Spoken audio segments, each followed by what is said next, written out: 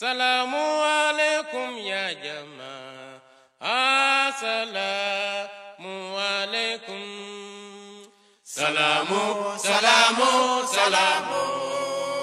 Assalamualaikum ya jamaah. Jamaah. Assalamualaikum ya jamaah. Assalamualaikum. Salamu, salamu, salamu. Allahu Akbar. Assalamualaikum ya jamaah. Assalamualaikum ya jamaah. Assalamualaikum.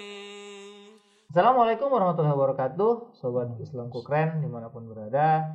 Ketemu lagi dengan saya Syihab Ahmad dan rekan saya Muzaffar Ahmad di podcast Islamku Keren, Islamku indah, Islamku damai. Islamku keren. Nah, kita akan masuk Ini yang ditunggu-tunggu bulan sama Ramadan ya. kita semua ya, rekan-rekan di rumah. Sebentar lagi kita mau puasa Ya, di bulan Ramadan. Ramadan, makanya kita mau bahas sedikit nih soal Tuh. Ramadan dan ya segala macam mengenai hal itu dan juga ya, di tengah pandemi sekarang ini. Dan ada yang ditunggu nih kalau mau puasa tuh. Siapa? Bang Hilal. Nah, sebelum ke Bang Hilal kita ketemu dulu dengan Bang Lutfi. Bang Lutfi. Bang Lutfi di sini. Iya. Ada Pak Lutfi, tamu kita Oke. di studio. Assalamualaikum, Pak Lutfi. Waalaikumsalam warahmatullahi wabarakatuh. Sehat? Alhamdulillah sehat. Gimana persiapan mau Ramadan? Ya seperti biasa kita persiapkan fisik ya, kemudian mental dan juga ya tentunya bulan ini adalah bulan yang penuh dengan keberkahan dan pengabulan doa sehingga kita harus manage waktu supaya lebih banyak porsi berdoa begitu. Iya. Yes, benar. Dan ya masih ini tahun kedua ya kita Benar. puasa Betul, di iya. tengah Di tengah suasana pandemi ya. seperti ini ya masih dengan prokes. Nah, kita juga Betul. nanti kita bahas nih gimana nih. Nah, Sebelum mungkin puasa di satu sini. lagi tadi kalau kan persiapkan diri, persiapkan apa tadi mental. Nah, kalau pada begini persiapkan hati. Iya. Supaya menghilangkan rasa bosan. Menghilangkan rasa bosan di rumah. Iya. Nah, ini kita ngebahas apa Ramadan. pertama nih, Bro? Soal Tentang Ramadan ya. Nah, mungkin sobat keren di rumah nih ada yang belum banyak yang tahu ya, apa sih Ramadan. Tiap bulan kita lewatin Ramadan. Sudah jadi semacam apa ya? Tradisi ya? Tradisi. Jadi semacam kita setiap bulan harus ada Ramadan nih. Ramadan nanti isinya puasa lah. Tapi kita nggak tahu tuh Ramadan apa gitu. Nah, ini ada pakar kita. Kita akan bertanya ke beliau, ke Pak Lutfi ini mengenai Ramadan. Nah, menurut Pak Lutfi ya, dari berdasarkan ajaran Islam ya, Ramadan itu apa sih? Iya, baik. Ramadan itu sebetulnya adalah bulan ke-9 dalam tahun Komariah. Nah, mungkin ini kita belum tahu ke berapa bulan Ramadan itu dari Banyak yang tahun nggak tahu ya. Komariah, Cuma Ramadan bulan Ramadan Hijriah. ada. Tahun Komariah adalah tahun yang perhitungannya itu berdasarkan bulan. Ya. Ada lagi perhitungan berdasarkan matahari syamsiah, ada yang berdasarkan bahkan bintang gitu. Jadi Ramadan ini adalah bulan ke-9 di tahun Komariah.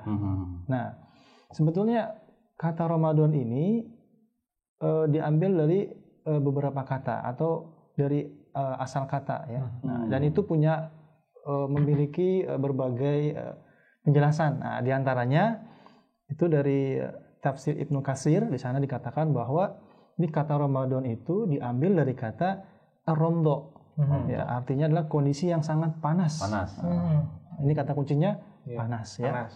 Kemudian juga ada dari yang lain yaitu dari kata ar-ramdu, artinya juga batu panas karena terkena terik matahari ya, karena jadi panas ya.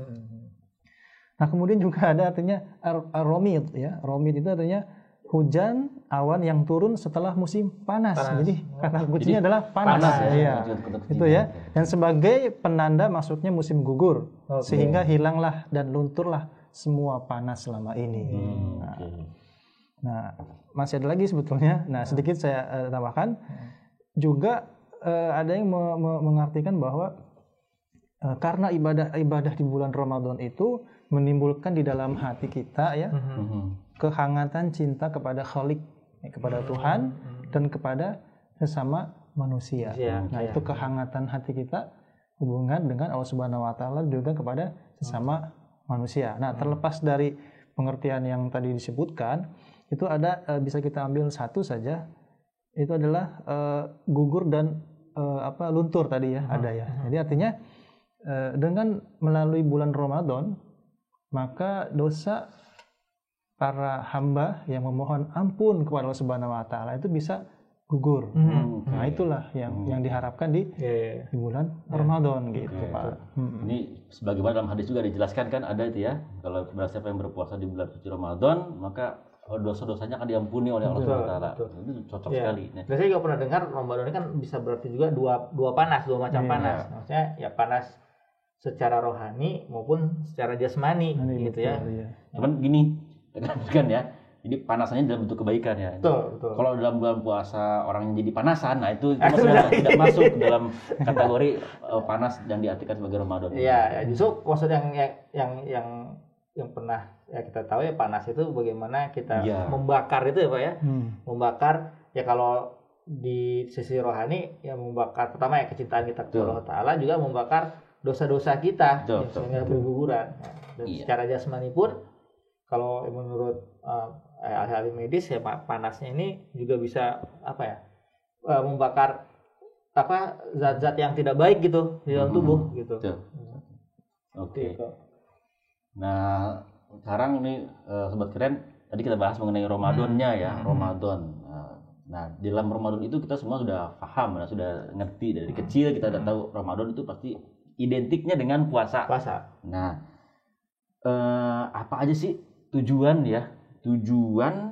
dari berpuasa itu? Kenapa sih dalam bulan Ramadan Allah Subhanahu wa taala menurunkan kewajiban ya untuk kepada umat Islam untuk berpuasa? Itu gimana? Ya, jadi sebetulnya puasa ini bukan semata-mata terjadi atau mulai diberlakukan setelah Islam muncul. Setelah Rasulullah muncul. Tapi sebetulnya sudah ada sebelum Islam itu berpuasa ya. Nah, jadi bahkan agama-agama yang lain pun juga ada berpuasa begini. Namun berbeda caranya, kemudian berbeda waktunya dan berbagai ketentuannya lah begitu. Nah, adapun dalam Islam itu dalam suratul Baqarah kita tahu ya bersama bahwa Allah Ta'ala berfirman, ya ayyuhalladzina amanu kutiba alaikumusiyam, a'udzubillahi minasyaitonirrajim, ya ayyuhalladzina amanu kutiba alaikumusiyam kama kutiba alal ladzina min qablikum la'alakum tattaqun.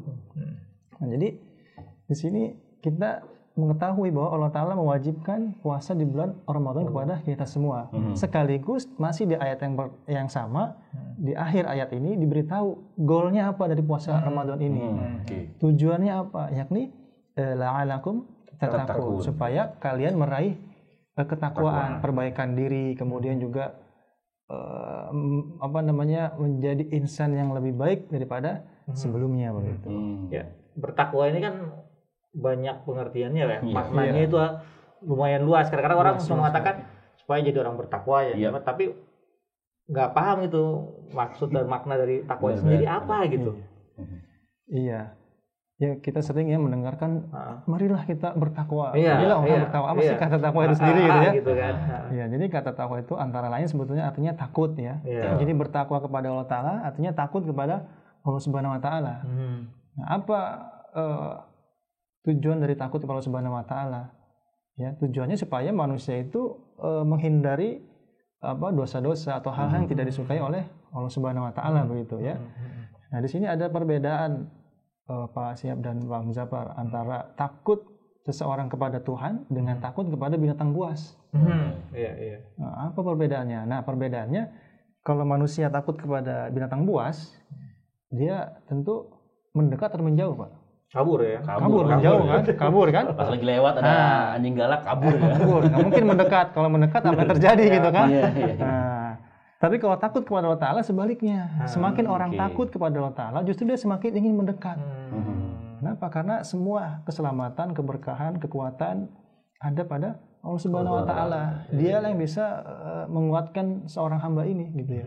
Ketika dalam keadaan dalam keadaan musibah dan sebagainya, justru menjauhi Allah Subhanahu wa taala merupakan semakin musibah bagi dia gitu. Semakin dekat. Nah, ini jadi perbedaan takut dengan binatang buas betul. Manusia gitu, katakanlah dengan takut kepada Allah Subhanahu wa taala. Takut kepada binatang buas kita menjauh, kabur. Tapi kepada Allah taala justru harus semakin dekat. Nah, inilah yang harus kita ciptakan dalam dalam melaksanakan ibadah puasa ini. Dan juga kata ittaqo atau muttaqin atau takwa itu sebetulnya kalau lihat dari bahasa itu dari akar kata wako yaki wikoyatan. Nah, itu artinya adalah menghindarkan diri atau menjaga diri dari apa-apa yang merugikan. Yang baik bagi diri sendiri maupun orang lain. Seperti itu, Pak.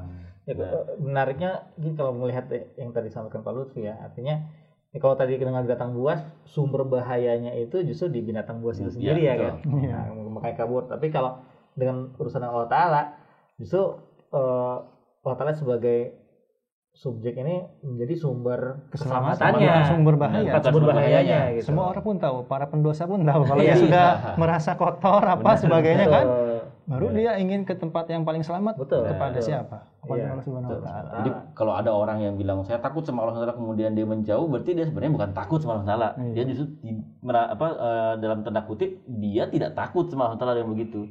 Kalau dia sudah intinya kalau dia orang itu mengatakan saya takut kepada Allah Taala, justru harusnya lebih mendekat kepada Allah Subhanahu wa taala. Betul sekali, Pak. Ya, dia tidak memahami esensi dari takwa itu sendiri gimana gitu. Okay. Nah, kemudian ini Pak Lutfi. Biasa nih kalau ini mungkin pertanyaan yang paling sering ditanyakan ketika bulan suci Ramadan, baik ke penceramah dan sebagainya. Hikmah dari berpuasa itu sendiri apa? Iya. Baik, tentu jangankan berpuasa ya, musibah saja ada hikmahnya. Apalagi puasa gitu ya. Artinya banyak sekali Pak Syihab dan Pak Muzaffar hikmah dari puasa ini. Mungkin saya sedikit saja menyampaikan, diantaranya adalah melatih diri, menjaga diri, menahan diri, kemudian bahkan bisa memperbaiki diri.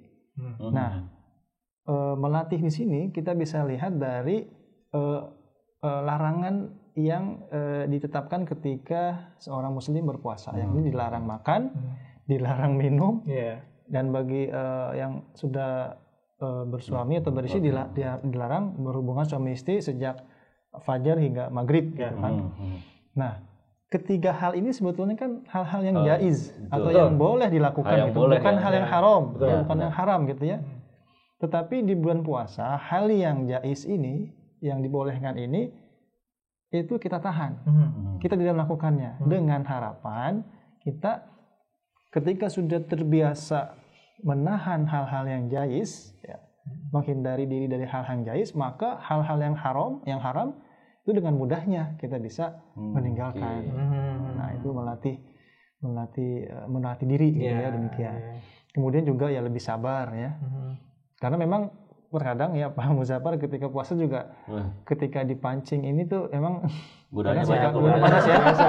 Jadi karena terus berlatih, yang namanya berlatih kan pasti ada kadang jatuh ya, kadang tetap ya. Jadi terus nanti lama-lama terbiasa sehingga lebih sabar. Itu yang kedua. Yang ketiga, membiasakan hidup sederhana. Nah, tidak konsumtif. Ya, jadi bisa mengetahui ya, mengidentifikasi mana kebutuhan, mana keinginan. Terkadang orang itu keinginannya pasti melebihi kebutuhan, yang kadang-kadang merugikan dia sendiri begitu ya. Nah, dalam puasa ini di bulan Ramadan kita terdidik supaya terbiasa dengan sesuatu yang sederhana, mana yang keinginan, mana yang kebutuhan gitu. Seperti itu Pak. Dan masih banyak lagi hikmah-hikmah yang bisa kita bisa dibayangkan ya. Selama 1 bulan kalau kita menerapkan puasa itu dengan baik gitu ya, 1 bulan sebagai bulan latihan lah kata-kata ya, kita di karantina lah katanya di selama 30 hari itu untuk ya melaksanakan amalan-amalan yang disyariatkan dan dicontohkan Rasulullah SAW. Tadi hikmahnya salah satunya untuk menjaga diri kita ya, untuk biar tidak konsumtif dan sebagainya. Selama 1 bulan kalau misalkan dilaksanakan dengan baik, dengan sebaik-baiknya, goalnya pasti banyak orang yang katakanlah dia akan menjadi orang yang sederhana. Betul. Ya, menghilangkan keserakahan juga kan diri, dan meningkatkan empati juga kepada orang. Benar. Karena kan ada di saat berpuasa ini kita merasakan nih berita orang-orang yang biasa mungkin mereka menahan lapar gitu ya. Nah, kita juga tahu rasanya begini gitu ya. Iya. Nggak semudah itu gitu. Dan tadi hal-hal yang tadi yang menarik tadi hal yang jais tadi ya yang diperbolehkan. Itu kalau kita lihat juga hal-hal yang diperbolehkan itu bukan hanya sekedar perbuatan biasa, tapi 3 hal itu adalah hal yang sangat berkaitan dengan keberlangsungan hidup manusia kan. Ya makan, minum, kemudian memperoleh keturunan itu kan sangat berhubungan dengan keberlangsungan hidup manusia. Tapi kita disuruh menahan diri nih dari 3 hal itu tuh selama 1 bulan ini. Jadi bayangkan pengorbanan yang diberikan itu sangat luar biasa gitu. Benar. Makanya Allah Ta'ala berfirman, maka Asya muli wa ana ajzibi. Jadi maka mengatakan bahwa aku sendiri akan mengajar, karena luar biasa sebetulnya. Pengorbanan itu jihad yang luar biasa ya, melawan hawa nafsu begitu. Betul. Memang ada fenomena yang unik ketika berpuasa ini ya. Kadang ada beberapa keluarga yang justru katanya pengeluarannya makin bengkak ya. Lebih besar gitu. Nah, ini apakah memenuhi tujuan puasa atau tidak gitu ya? Jadi gini, prinsipnya begini, ditekan siang hari, malam hari balas dendam. Balas dendam. Nah, itu juga tidak seperti itu. Itu kan bukan menahan diri namanya. Menahan diri namanya ya. Menahan diri. Ini memang harus diperhatikan juga. Benar. Sama berpuasa gitu. Kadang-kadang jadi kalau sebutkan di rumah yang biasa lah ya, kalau namanya biasa lah gitu. Kalau berpuasa itu keinginan tuh banyak, misalnya apalagi kalau berpuasa kemudian dalam keadaan bekerja gitu ya. Kemudian kita tinggal di tempat yang katakanlah lebih banyaknya non muslimnya daripada muslim. Nah, di jalan ngelihat misalnya ada yang jual ini, ada makanan ini, makan itu, pasti langsung mandi sore maghrib buka, saya pengen ini pengen itu, semua di list. Tapi kalau cuma keinginan doang sih nggak masalah gitu kan. Tapi kalau sudah sampai ketika waktunya kemudian kita semua harus dibeli nih, beli semua untuk buka, ya nggak akan kemakan juga. Iya, kemampuan manusia untuk mengkonsumsi sesuatu itu kan ada batasannya. Sebetulnya dari situ kita bisa mengambil pelajaran, Pak. Jadi coba kalau sudah berapa hari puasa, ketika ingin itu, tapi yang dimakan sedikit. Nah itu sebetulnya bisa kita ambil pelajaran bahwa sebetulnya kebutuhan kita itu tidak sebanyak itu. Keinginan lah yang lebih besar, membuat kita menjadi repot gitu dalam kehidupan gitu, Pak. Apalagi kalau yang sudah jadi kebiasaan misalnya. Puasa selama 30 hari ya. Kemudian di beberapa hari terakhir tuh mau lebaran gitu ya, Idul Fitri. Harus punya ini, punya itu, punya ini, punya itu. Wah, itu tuh yang listnya banyak. Itu yang bikin habis semuanya ya. Iya. Dan ya yang mungkin hari-hari biasa nggak pernah dibeli malah sengaja beli gitu kan di pada saat bulan Ramadan ini. Nah, ini kan kita mungkin ngebahas itu hal-hal yang apa sih sebenarnya yang harus kita lakukan gitu pada saat berpuasa. Selain puasa itu sendiri ya. Selain puasa itu sendiri gitu. Iya. Ya jadi sebetulnya kalau mau kita lihat secara garis besar tuh secara lahiriah maupun secara batiniah gitu, rohaniah.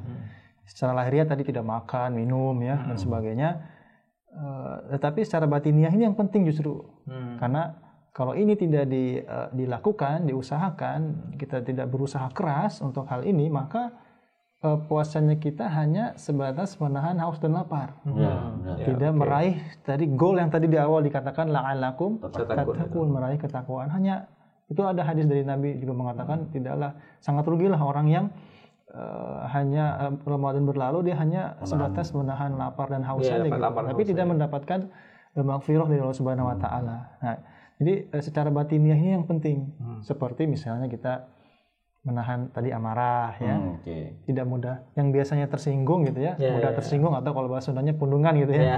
Nah ini ajang untuk melatih diri gitu ya, supaya bisa lebih tidak terlalu tersinggungan. Kemudian juga misalnya terutama dari kaum ibu ya, bergunjing gitu ya. Gosip lah, pagi-pagi atau sore-sore mau itu istilahnya kita ngabuburit ya kan, ke tukang sayur tidak sengaja atau melihat tetangga melakukan suatu hal yang tindakan yang mungkin bisa jadi bahan untuk digunjingkan, akhirnya bergunjing lagi. Nah itu tidak seperti itu puasa yang baik. Puasa yang baik itu adalah yang menjalankan secara lahiriah dan juga berusaha secara batinnya, rohaninya itu diamalkan dengan sebaik-baiknya. Menghindari bergunjing, mencaci, memaki dan dosa-dosa yang lainnya seperti itu, Pak. Jadi untuk para ibu-ibu, mohon maaf ya, ketika puasa stop dulu deh ya. tahan dulu aja lah. Tapi kan nggak cuma ibu doang sih. Sekarang udah bukan cuma ibu doang sih, bener. Jadi bapak-bapak kalau kita lihat ngomongin politik itu udah ngomongin orang kan. Bener kan? Bener. Secara nggak langsung juga itu bergunjing ya. Nah itu juga benar harus pas puasa tahan lah semuanya lah. Tahan dulu. Nanti setelah puasa lebaran tetap ditahan. Ya sebulan itu kita bisa tahan, ya mudah-mudahan berikutnya juga bisa terus gitu kan. Jangan ditahan pas bulan puasa, setelahnya balik lagi dilampiasin. Waduh. Jadi pelatihannya ini seperti camp pelatihan gitu. Benar. Kita masuk ke camp pelatihan ya dengan ini sehingga nanti ketika setelah bulan Ramadan kita bisa lebih siap gitu menghadapi berbagai godaan, ujian dan sebagainya sampai Ramadan berikutnya. Melatih lagi terus. Nah, ini sebenarnya yang luar biasa. Keberhasilan itu bukan ditentukan pas dia lebarannya, Idul Fitrinya kan ya. Misalkan sebulan ini saya berhasil nih selama sebulan menahan segala macam sampai saya bisa mendapatkan lebaran yang begini, Idul Fitri yang begini. Tapi setelah itu dia balik lagi. Nah, itu kan berarti nggak berhasil latihan dia gitu. Jadi puasa yang dikatakan berhasil itu yang memberikan perubahan itu ya. Iya, sampai Ramadan berikutnya. Oke.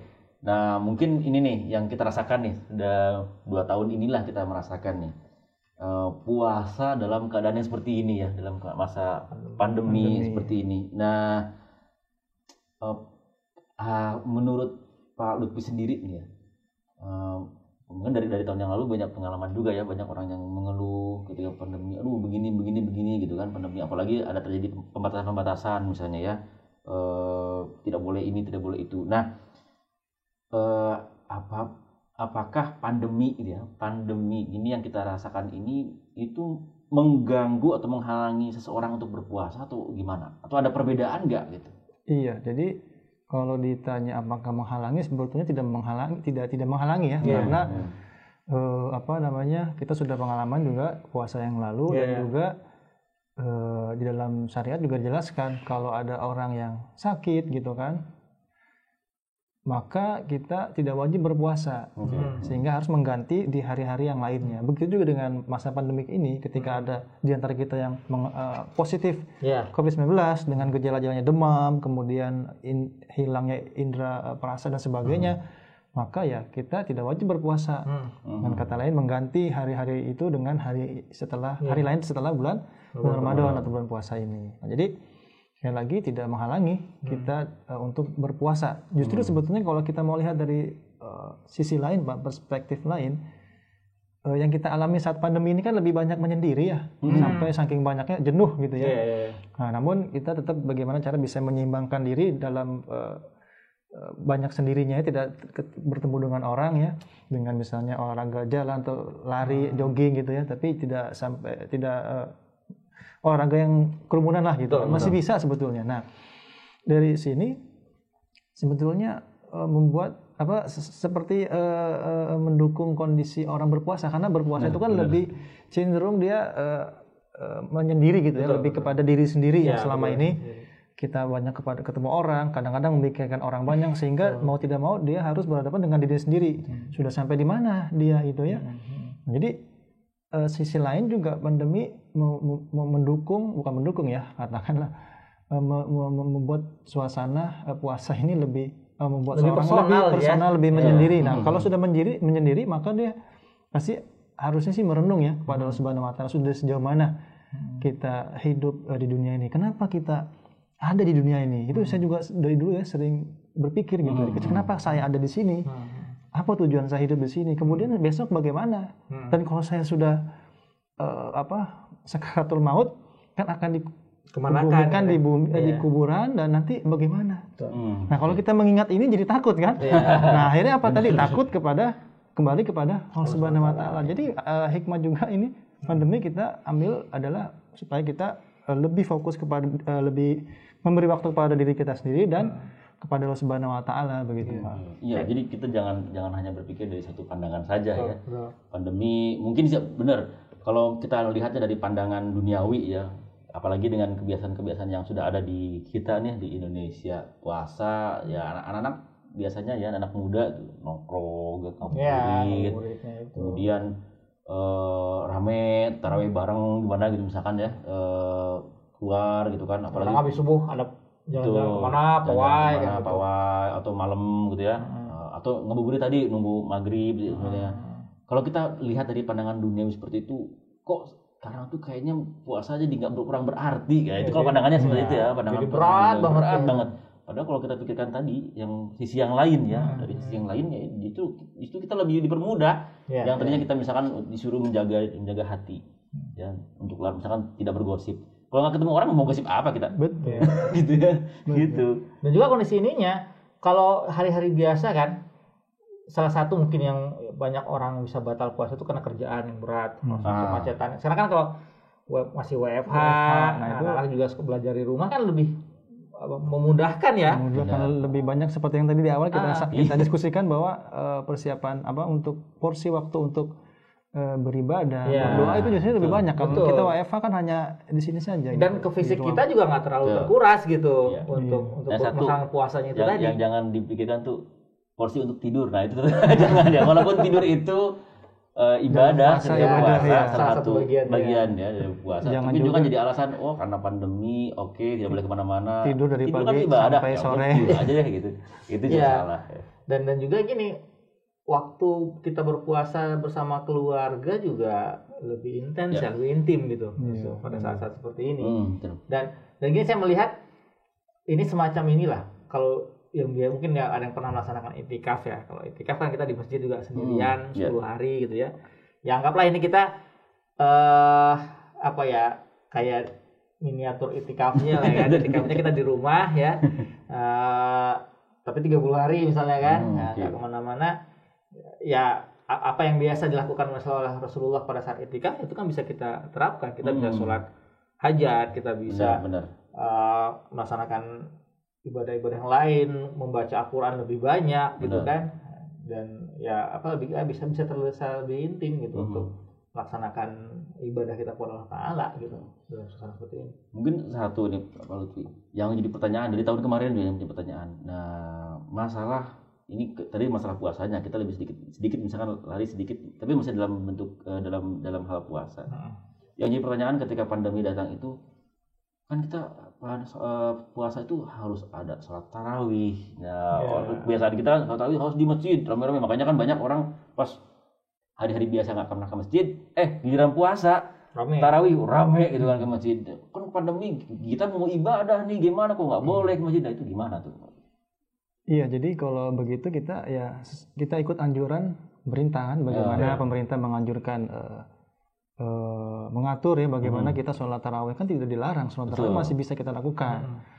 Terus ketika pemerintah menyatakan boleh di masjid berapa orang, misalnya berapa persen, kemudian jaga protokol kesehatannya, jadi intinya masih bisa lah kita sholat tarawih gitu ya.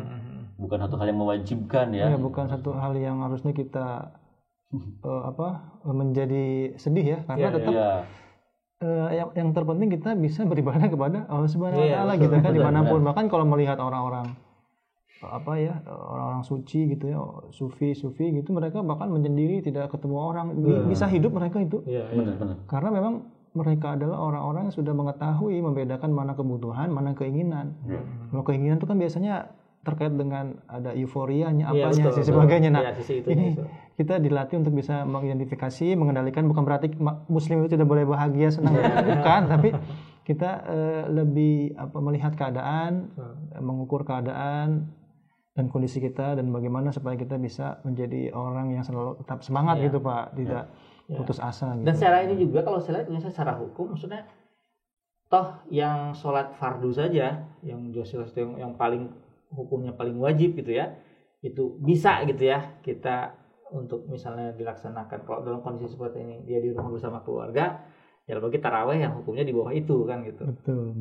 Jadi sebenarnya no problem sih gimana kita menghadapinya. Nah, cuma itu tadi kalau sudah tarawih itu dianggap sebagai sebuah euforia, tradisi yang nggak bisa ditinggalkan, itu yang membuat berat. Gitu. Buat berat. Ya itu kan kenapa sih batasi gitu ya gitu. Gitu kan orang gitu kan. Ada bahasa-bahasanya gitu. Malam takbiran tuh yang pasti takbiran. Mudah itu kalau tidak itu tidak seru ya. Itu kan padahal bukan juga sebuah hal yang disunahkan gitu ya. Walaupun kita diberitakan untuk banyak-banyak bertakbir kan. Tapi secara personal. Tidak kemudian justru malah mudarat yang banyak gitu kan. Oke. Nah, mungkin harapan ya Pak Lutfi. Ya tahun ini mungkin kita masih dalam suasana yang seperti ini gitu ya. Harapan kedepannya dari Pak Lutfi sendiri, Ramadan di tahun yang akan datang seperti apa? Ramadan akan datang ya. Akan datang ya.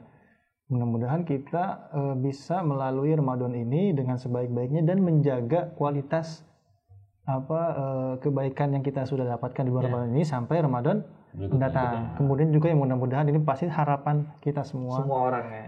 Di seluruh rakyat Indonesia bahkan seluruh dunia gitu ya, supaya mudah-mudahan pandemi COVID-19 ini segera berakhir ya. Allah Ta'ala segera cabut dari bumi ini dan kita bisa hidup dengan normal seperti sebelumnya.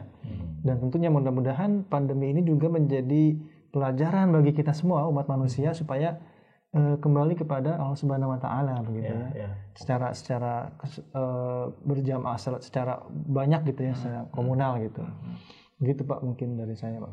Jangan sampai gini, sudahlah sekarang kita pandemi tapi Ramadan juga nggak dilaksanakan dengan benar gitu ya, puasanya belang bentong, sudah jatuh tetap timpa tangga. Ya, gitu kan. Itu istilahnya ya. Ya itu tadi mau ingin bertakwa tapi malah makin menjauh dari Allah Taala kan. Ya. Karena memang Pak Rasulullah pernah bersabda bahwa seorang mukmin yang hakiki itu sebetulnya sangat unik, sangat menakjubkan, sangat luar biasa. Kenapa?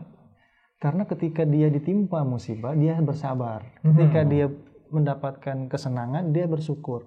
Jadi kalau kita berusaha untuk menjadi mukmin yang seperti ini, insya Allah Ta'ala tidak akan berputus asa, terlalu gelisah atau bahkan depresi begitu ya. Karena sabar itu memang ada rasa sakit, tapi sakitnya itu nanti dicurahkan dalam sholat, doa-doa, dicurahkan kepada Allah Subhanahu Wa Ta'ala, baca Quran apa. Nah inilah yang harus kita kejar di masa pandemik ini supaya kita bisa kuat, tetap termotivasi, tetap semangat hidup, tetap semangat beribadah, menjalankan kehidupan sehari-hari begitu Pak. Jadi Sobat Keren menyambut bulan Ramadan setelah Bang Hilal kelihatan, jangan lupa jaga hati kita, persiapkan hati kita, persiapkan diri kita, mental kita, diri kita untuk lebih manage waktunya, memanage waktu kita. Pergunakanlah masa-masa pandemi yang kita rasakan saat ini untuk lebih banyak mendekatkan diri kita kepada Allah Subhanahu wa taala. Ya, siapa tahu dengan makin mendekatkan diri dengan doa-doa kita di bulan Ramadan ini, ya pandemi ini juga cepat berlalu kan? Ya, karena insyaallah semua doa-doa kita bagi ketika semuanya bersatu dalam doa, ya akan menggerakkan arsy ilahi juga kan Allah Taala ini, dan ya membuat kehidupan kita kembali seperti biasa. Iya. Mungkin demikian ya. Ngobrol-ngobrol kita pada hari ini. Jangan lupa Sobat Keren, setelah ini nanti episode yang akan datang kita mau bahas puasa di belahan dunia belahan dunia yang lain. Ada teman kita nanti yang jadi kita lihat bagaimana sih rasanya puasa di negeri orang. Ya, dan nanti ada isi khusus Lebaran juga. Betul. Kita bahas soal Lebaran. Benar, siap. Oke. Sekali lagi selamat menunaikan ibadah puasa buat semuanya. Semoga diberikan kelancaran dan perlunya dari Allah Subhanahu wa taala sampai akhir nanti ya. Wahidawna alhamdulillah, jazakumullahu jaza. Islamku damai, Islamku indah, Islamku keren. Assalamualaikum warahmatullahi wabarakatuh.